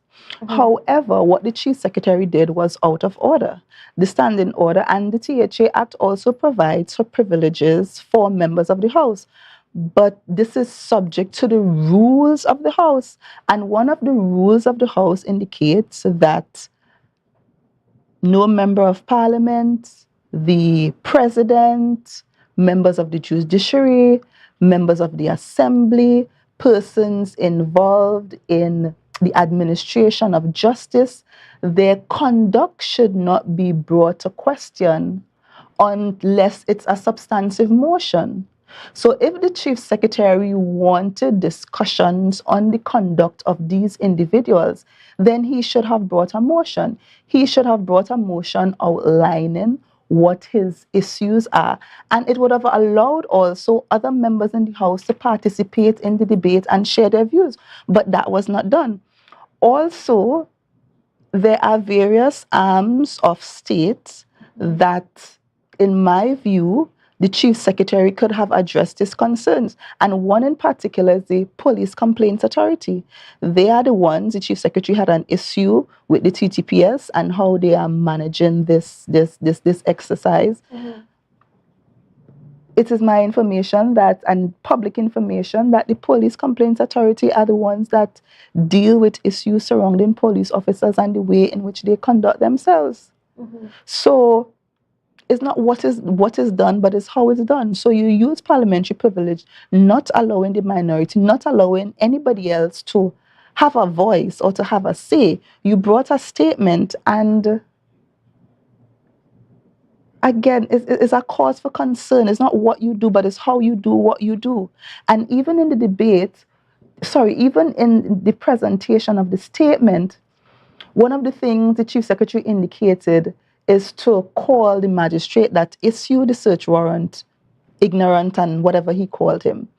And there was outcry from the minority side of the House. And in response to the outcry, the chief secretary uttered, "Hush your stink mouth." Is that the way to deal with issues? Even if you are in a heated debate, even if you are in a disagreement, as the presiding officer said, it's an honorable House, and you are to deal with members of the House, and you are to deal generally with decorum, professionalism, self-control. So yes, I agree that, you will be triggered. Things will happen that you will not like. But is it that you just throw caution to the wind and do as you please? But some would say that perhaps sometimes the minority leader isn't always that, let me say, accommodating, because, sometimes you see it from both sides in the house. Sometimes the minority interrupts. A lot of the times whenever there are speakers, and, he has to be advised or led from the presiding officer. Right. And on both sides of the house, there are interruption. And I guess that is what happens in the Parliament, even in the Tobago House of Assembly. But again, it's how you deal with it. And the presiding officer is there to maintain conduct, to maintain order. So you can seek the protection of the presiding officer if you feel that you are being overly interrupted and you can't get your point across. So there are ways in dealing with things. Now, in terms of the misbehavior, so you mentioned a few things. Of course, some of the outbursts that were made. You mentioned the fact that the standing order was abused. It wasn't used for the purpose that is outlined in the act, and so on. So, what action is a minority prepared to take against this? Well, we are in discussions. However, the minority leader would have signaled that consideration is being given to bringing a motion of no confidence in the presiding officer. And this is basically as a result, and I guess a culmination of what would have transpired, because as I would have indicated, the presiding officer is there to maintain order in the House. There were a number of breaches in the standing order. To present a statement, as I would have indicated, this requires approval from the presiding officer. The presiding officer ought to have seen the statement, vetted the statement, and give approval to reading of the statement. The statement also should have been read verbatim. And we would have seen, while in the Chief Secretary's presentation, that he was going off his script, he was ad-libbing in a number of instances. We would have also seen where, based on the statement that was read and presented, that, again, the Chief Secretary would have brought senior members of state in their conduct into disrepute. And based on the standing orders, that is out of order. He would have also brought video clippings of basically a stranger to the House. And the Chief Secretary also in his statement would have indicated that the comment from this whistleblower is unverified. But these are words of this stranger bringing into disrepute, calling the conduct of the Prime Minister, the police commissioner, a magistrate, members who are engaged in the administration of justice. So it's a clear breach of the standing order. So we are seeking advice. And again, the minority leader would have signaled that it's the intention of the minority to seek redress in that matter. All right, well, we're going to take a quick break, but when we come back, viewers, we are going to be continuing our conversation with Minority Councillor Petal Daniel Benwa, so don't go anywhere.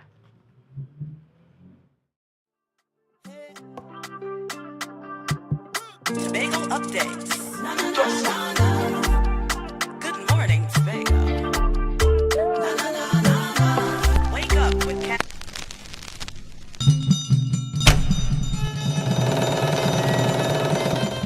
Come one, come all. It's time to join in the Tobago Heritage Festival 2023. Homage. All are we and all are who we be.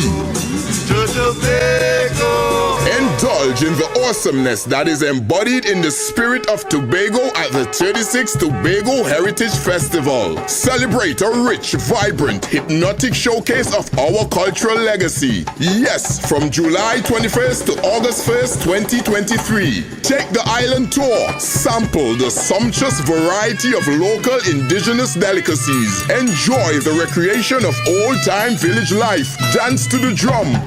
Feel the rhythm of steel pan. Experience the way of life, languages, and oral traditions. Be part of the journey to our we heritage, honoring our past, celebrating our present, and inspiring our future. Relive our unique culture. Join in the preservation of the heritage of we island of Tobago. Right now, Tobagonians are just currying down to Bonaccord, right in Stobie Local Road. You know why? To come down and shop at Authentic Builders General Hardware, the only hardware store in Tobago that is giving you guys Trinidad prices. So for instance, such as steel, half-inch and 5/8, $7,895. 5/8 construction ply for $260. Every single thing that you will need to do your home renovation or start your new construction, we have it right here. And to get your quotation, it's very easy. Just WhatsApp us at 272-1990 and we will do your free WhatsApp quotation for you.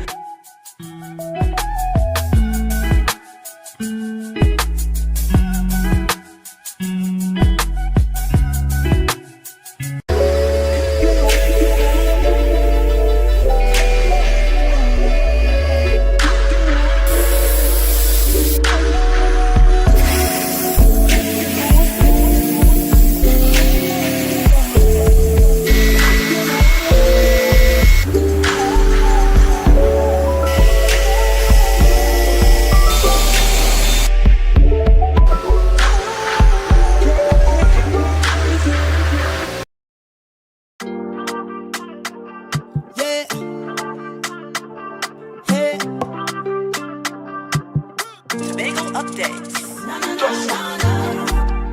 Good morning, Tobago. Wake up. Welcome back to Good Morning Tobago on Tobago Updates. Viewers, we are continuing our conversations this morning with Minority Councillor Petal Daniel Benoit as we discuss misbehavior in the House of Assembly. I'm loving the title this morning. But Ms. Petal Daniel Benoit, before we went to the break, he was speaking about some of the contents of the statement made by the Chief Secretary last week, and that because they brought into disrepute or they attacked the reputation of some of the highest holders in our land, that sort of invalidates what the Chief Secretary said. Is that correct? No, I am not saying that. I am saying that the method in which the Chief Secretary went about bringing his information was inappropriate. Okay. Yes, and if the Chief Secretary wanted to bring the conduct of these persons into question, then he should have brought a substantive motion. Because the Chief Secretary also in his statement would have indicated that he would have used Emailgate as the genesis for bringing this thing. But when you listen to the Prime Minister in his press conference, and the Prime Minister and everyone else who was questioned or addressed by the Chief Secretary's statement would have immediately come out and refute categorically all the claims. And if we go back to the suggestion or the indication that the Chief Secretary made that he was using Emailgate, the Prime Minister in his press conference would have shown clearly what transpired with Emailgate. And the Prime Minister indicated that he would have received information. He took the information to the President, requesting that the President communicate with the Integrity Commission. After some time, I think it was a month or so, when he recognized and he followed up, there was nothing from the Integrity Commission. He felt that it was important, so he brought a motion to the House. And the motion basically was a no confidence motion in the Prime Minister and in the government of the Republic of Trinidad and Tobago. So he would have brought the Prime Minister's conduct into question, but he brought it on a substantive motion.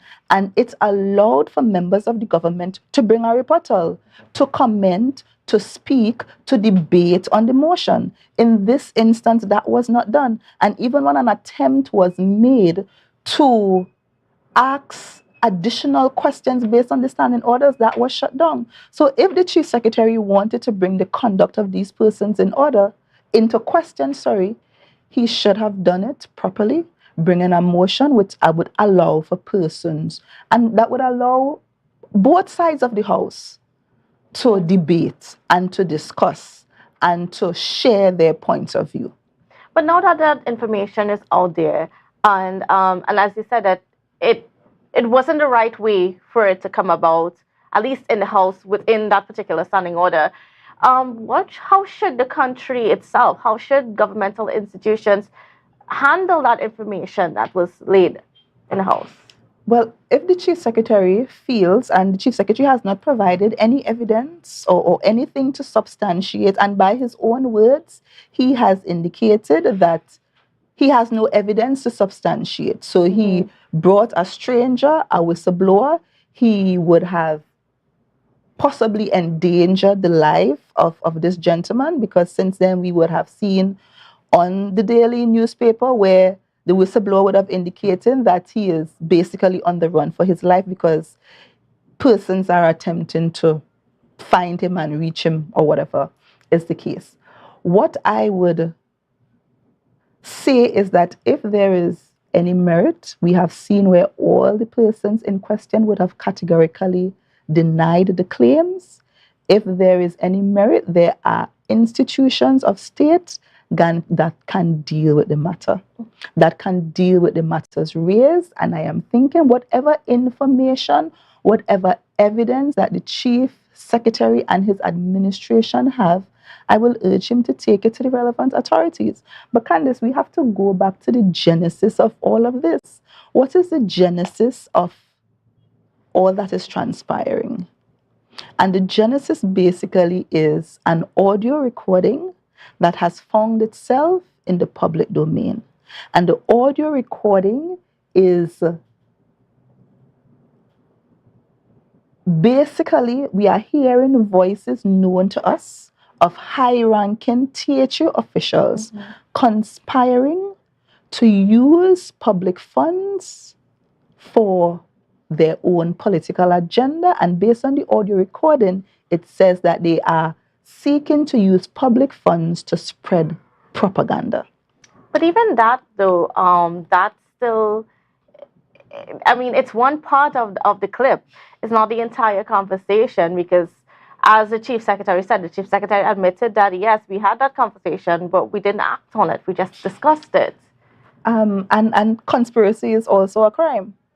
So if you go back to the video recording, and I would have had cause to go back and play the video recording, the chief secretary, and I would have also taken some notes, because the chief secretary and his team, first, he did not recognize whether or not it was an executive council meeting. So in his first response, he spoke to this being an executive council meeting and having cover under the executive council meeting. With the whistleblower coming forward, the whistleblower would have indicated to him that it was really not an executive council meeting. So does that mean, or can you infer that these discussions happen regularly with the chief secretary and his team, discussing, conspiring how to use public funds? Because if it would have occurred once, I think you may have tried to decipher exactly where it would have happened. So in the first instance, you thought it was executive council. The chief secretary, even before coming to the public after 23 days, 3 weeks or so, the chief secretary would have brought his entire executive council, in my opinion, into disrepute, saying that his executive council would have been cleared. But I want to go back to the audio recording. And the audio recording spoke to the fact that they want to use propaganda, and the propaganda machine must be covert and deadly, and that he distinguished between the propaganda machine and PR, and that PR is generally to do with the nice things, and they will PR will do press releases and press conferences, and you will call the media. but you need a propaganda machinery and you need it sooner rather than later. And then you heard another voice chiming in, basically confirming, yes, you need a commerce committee. And then you heard voices speaking to the fact that, you know, we would have started doing something because persons would have gotten and they called a name, an S name, they would have gotten to this person, and we only need a certain number to do the PR and the other persons could do the propaganda. And we have already had 13, I think is the number, and we only need 7 more. If you really listen to the conversations intently, that does not appear as if something did not happen. Well, I mean, and we're hoping to see from the investigations as well if it really did or if it didn't. Correct. And I am urging members of the public to go back, because this recording is in the public domain, and gather your own information. Do your research, listen, come up to your own interpretation, and stop allowing persons to shape the narrative. The information is in the public domain. And as a result of this information in the public domain, 2 organizations, independent organizations of state, would have indicated to the public that they are in the process of launching investigations. In the instance of the Integrity Commission, we heard in the public domain via the news channels that they said that they have gotten information and they are going to pursue an investigation. We also heard with the TTPS initially that they were in communication with the police commissioner as well as the DPP, and they are going to pursue investigations into the matter. And I see all of this as being police work. But I mean, there's also the case where, even going back past before the audio gate, there was also this claim from one of the contractors named in this whole situation, saying that he would stop at nothing to get his money. Right. So I am saying, if there is evidence, if there is information of wrongdoing, take it to the relevant authorities and let them do their work. But then the chief secretary would also say that, you know, he took some information to the police, and there was some death threats, and I mean he did present some evidence of some threats and attacks that not just he or members of the executive council, but some of the senior public officers in the THA got for this money, and that is so the whole genesis of this thing coming to being. But Candice, if you also recall that when the chief secretary made that statement, the TTPS also came out and indicated, and I would have heard that via the news, and I think the public would have heard, the TTPS indicated that they received no such reports. So then the chief secretary is saying one thing, the TTPS is saying the other thing. Who do you believe? And if the TTPS is saying no reports, no information was brought to them, on what basis are they going to investigate these reports? All right, no problem. Okay, so I just want to thank you so much, Ms. Petter Daniel Benwa, for being on with us and for sharing with us this information. And we're certainly looking forward, and it's going to be interesting when the House reconvenes in September to see what comes out of all of these allegations. All right, so thank you again for joining us this morning. Thank you so much for having me, and happy Emancipation Day, Trinidad and Tobago. Certainly, and we're going to be getting into some of those conversations up next, because we are going to be joined by Mr. Jesse Taylor. So don't go anywhere. And the vibes is never wrong. We are beauty, we are power. We are people in the sun. We are beaches, we are rivers. We are melanated ones. Summerama, real steam for the summer at standard. Is a dream for the summer. Dreamy, steamy, standard. What you have? All the best deals, no drama. Standard be beat like a hammer. Go tell your friend, tell your papa, tell your mama. We got more. Standards are what is searching for. Quality brand, discounts galore. New things for the summer, online in store. Summertime is here, so make the most out of it at Standard. Never beaten on quality and price. It's nice.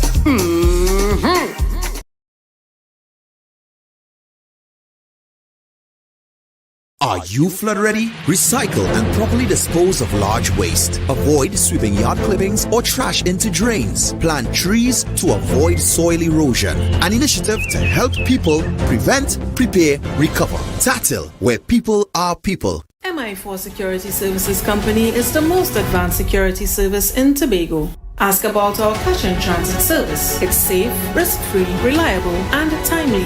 We provide safe banking delivery for all business types and sizes with highly trained staff, 24/7 monitoring, coordinated emergency response, and a well-maintained fleet of armored vehicles. Contact us at 660-7723 or visit our website at www.mi4securitytt.com to sign up today.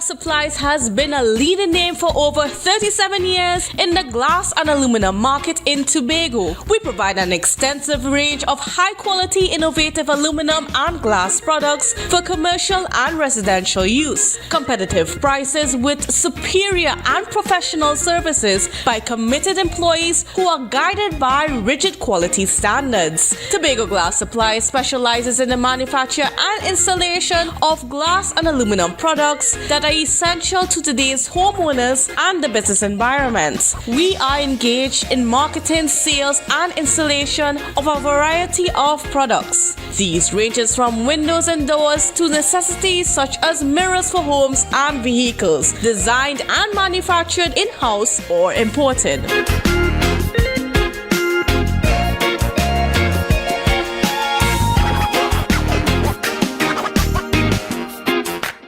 The best place to stay in Tobago is at Thorn's Place with rates starting as low as 200 TT. Call or WhatsApp 745-7306 or 682-8676. We are located uptown Scarborough, 5 minutes away from the port. Remember, at Thorn's Place, our aim is to make your stay safe and affordable.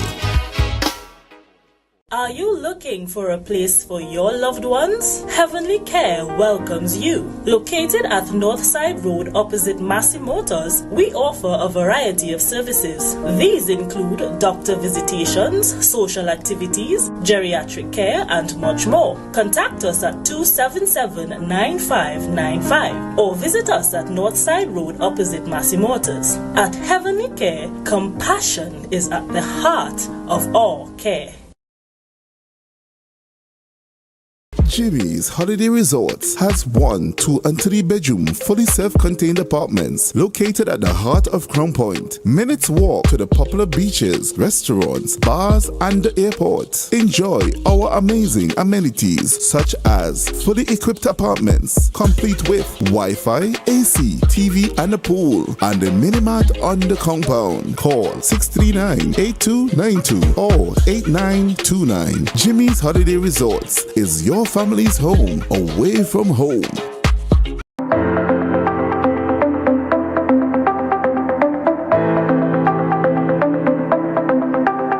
Full disclosure with the executive every Thursday at 8 p.m. only on Tobago Updates. Real questions and honest conversations with the sole aim of keeping you fully in the know. Full disclosure with the executive every Thursday at 8 p.m. only on Tobago Updates.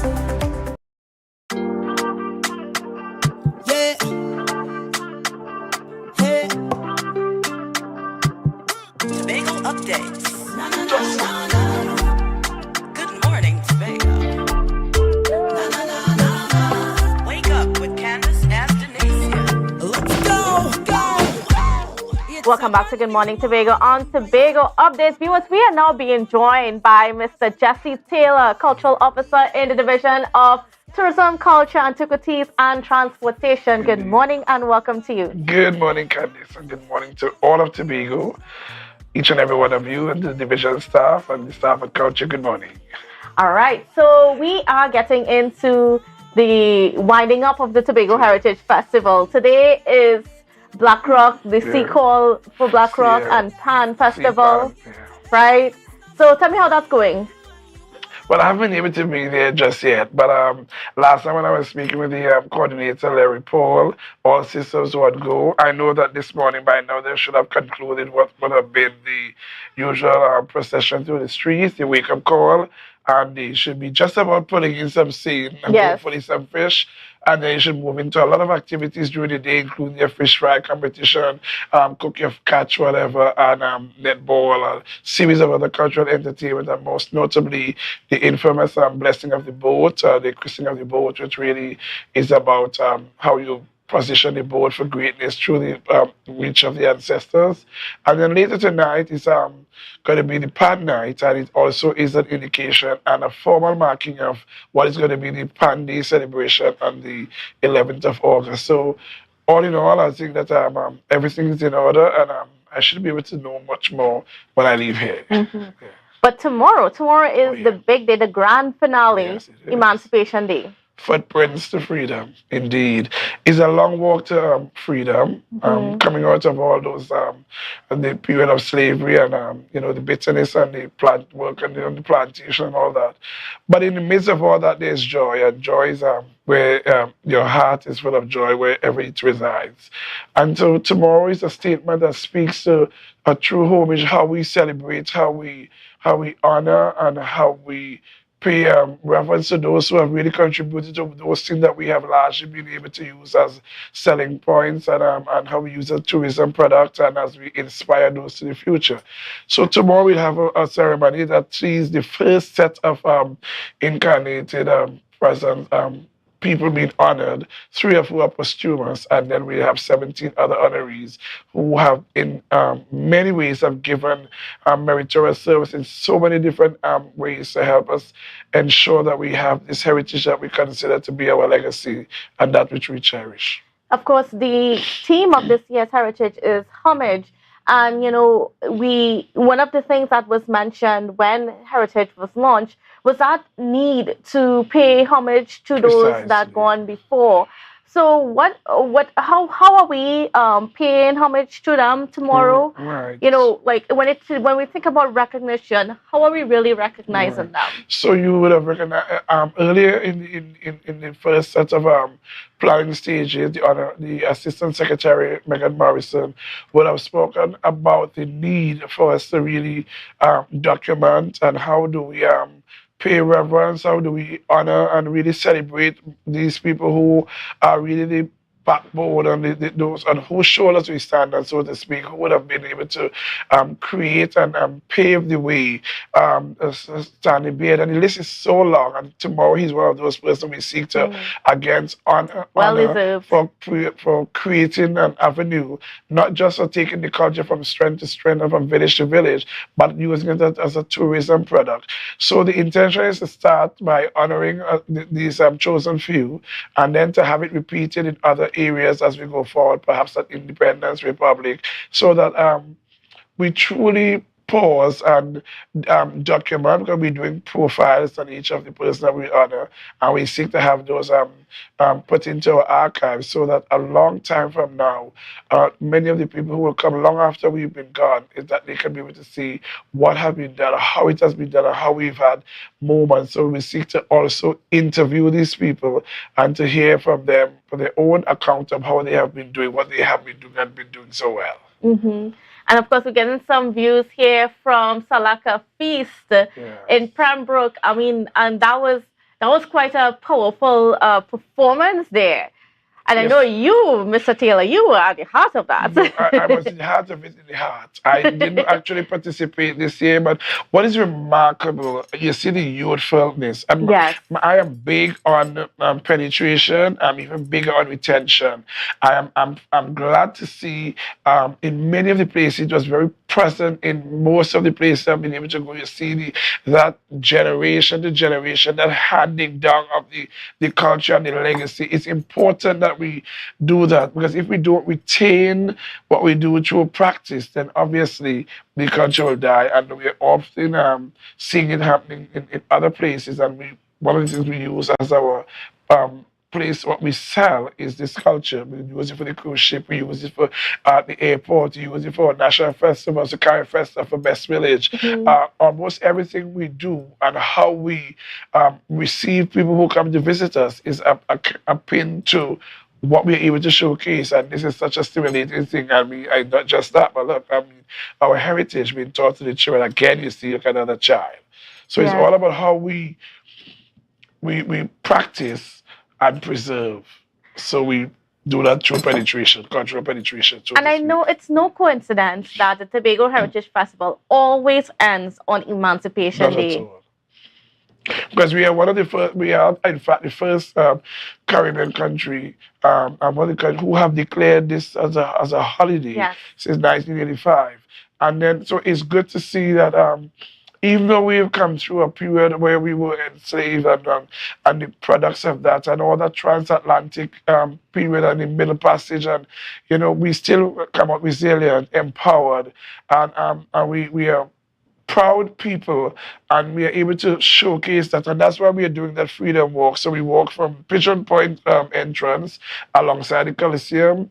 We move all the way and turn into Storby, and it's at that point later on in the day we will do this ceremony where we seek to honor those persons and to make mention and to showcase the legacy that we have inherited. And so proud to have as part of those things that we consider God-given and God-blessed and God-kept. Now, when we saw in Trinidad yesterday the arrival of the king from Ghana, from the Asante tribe. Could you, for the Asante people, I should say, but could you give us an idea if Tobago would be involved in his visit in any way? There is a conversation, and we are making arrangement. Of course, you know, some of these things are time sensitive. Yes. And how we can also fall into what are some of the plans they're having. But it is on the drawing board. Again, and the day in itself will be able to tell us how this may come to fruition. Actually, it would be remarkable for such a thing to happen again, as we seek to pay homage our ancestral lineage and how we are attached to those things and those people and those places. And the King of Ashanti, and the fact that he's part of the golden stools era, and how we can use that as long as there are places in Tobago that has been fashioned out of the Ashanti practices. And can you just talk about that a little bit more? Like, you know, tell us about the connection that you know that exists within our society. Well, I know for a fact that that whole West African presence and its influence in Tobago. At one point, there is the dance, you know, it's called the Ashanti. There are elements of the songs that's very present in the things that we do, and the dances that we do. There's a dance of the Ashanti. Pembroke has been known to do it. I'm being told that in other areas so it also presents an opportunity for us to dig deeper into another aspect of our heritage, because what we have common is things like the Igbo and the Congos and those kinds of things, but they are soft trade. And I'm really hoping that his intended visit, if it can happen, that it becomes a reality, because we would then be able to use it to trace the line, again, finding footprints that have led us to our freedom. And tell me a bit about emancipation itself and what that should mean for our people. Like, when we talk about celebrating Emancipation Day, what should be our thought processes and so on? What should be our focus? I think emancipation to all of us should mean a lot of different things. In one way, it should be about self-empowerment, about self-actualization, how we position ourselves. It should be about the resilience. It should be about how we reignite and ignite, in some cases, some of those things that has kept us back, and how we use it against a background of technology and modernization, how digitalization, how we use in this century, the what does it mean to us? Yes, we've been past the shackle, we've been past, but again, like Bob Marley said, the freedom really comes when you emancipate yourself, your mind, and when you're able to look at things, be honest first with yourself, and like Shakespeare said, to your own self be true, and then it would follow. You can't lie to any man. So we first have to be honest with ourselves. And in this case, I want to draw the example of the festival. We need to see what works. How does it work? Will it work? Can it work? Can it continue to work? So the things that we do, how do we really place the true value apart from this 2-week festival? How do we use that to really bring the cohesiveness and the social progressiveness that is necessary? But more than that, the economical uphill and how the road that we need to travel, given all that we have as a financial and economic decline. How do we use this as a bargaining tool in the wider world? How we use it in Tobago to place ourselves ahead of the game and use it to get us to those places. And it's not just about showcase. How do we get the practice that is necessary, that it competes against other emerging trends, the cell phone and the iPhones and the digital era? How do the Facebook and the Instagram, how do we get a child to go back to pitch and marble? And how do we get them to move that into a book? How do we get that person to learn to write a song? How do we get the other people, the other Garvey and the other people to move from skin calypso to winning the crown?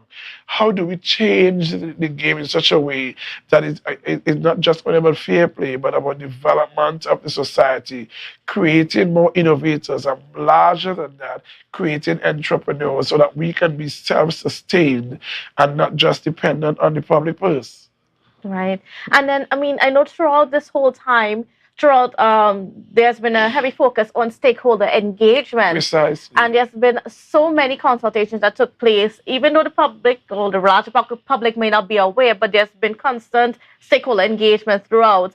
What have you seen anything coming out of it that we can work on? Well, if I go back, recently I was part of one that was the Heritage think tank. We had what we call a sort of version of a symposium, and we saw there was so many things that were the opinions of so many people, and not just the great people like Dr. Mark and Dr. Eason but Bob, and so we saw all the what we call village people who experienced it from a local standpoint, Candice, and who were able to make some really critical suggestions. Because what it was called was frankament.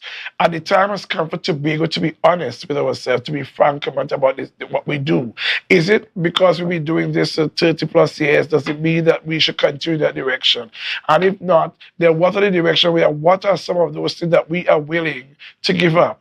And what are some of those things that we embody costs for? Is it the time, has the time come for us to move some of these that we have in the village into a place that's larger than that? So it can be properly documented that people who are opposed to going into other spaces are free from mud, free from slush, but you're able to really sit in a place, another Carnegie Hall, anywhere else that you can sit and truly imagine a space where you can really place this really excellent product that we call our heritage, where there are so many excellent people in Tobago, but they're excellent in their own way, but in their own space, but largely unknown.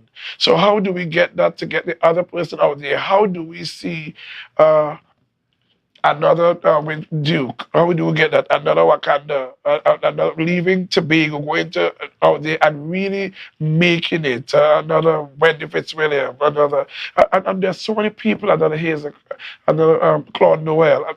So many people who needs a platform. I really think that Tobago culture should be a springboard for a lot of those things, so we can impact and have an opportunity to contest the world stage from the center and not from the side. Certainly, and we're looking forward to see how the division would be able to play that role and to, get our people out there. And I think that because in this case, because I have been around for 30 plus years, but I've never been in the engine room. So it's not only is fired up, it's fired at, it's fired from. So I am now better able to understand and appreciate some of those. And so I'm so happy for the opportunity.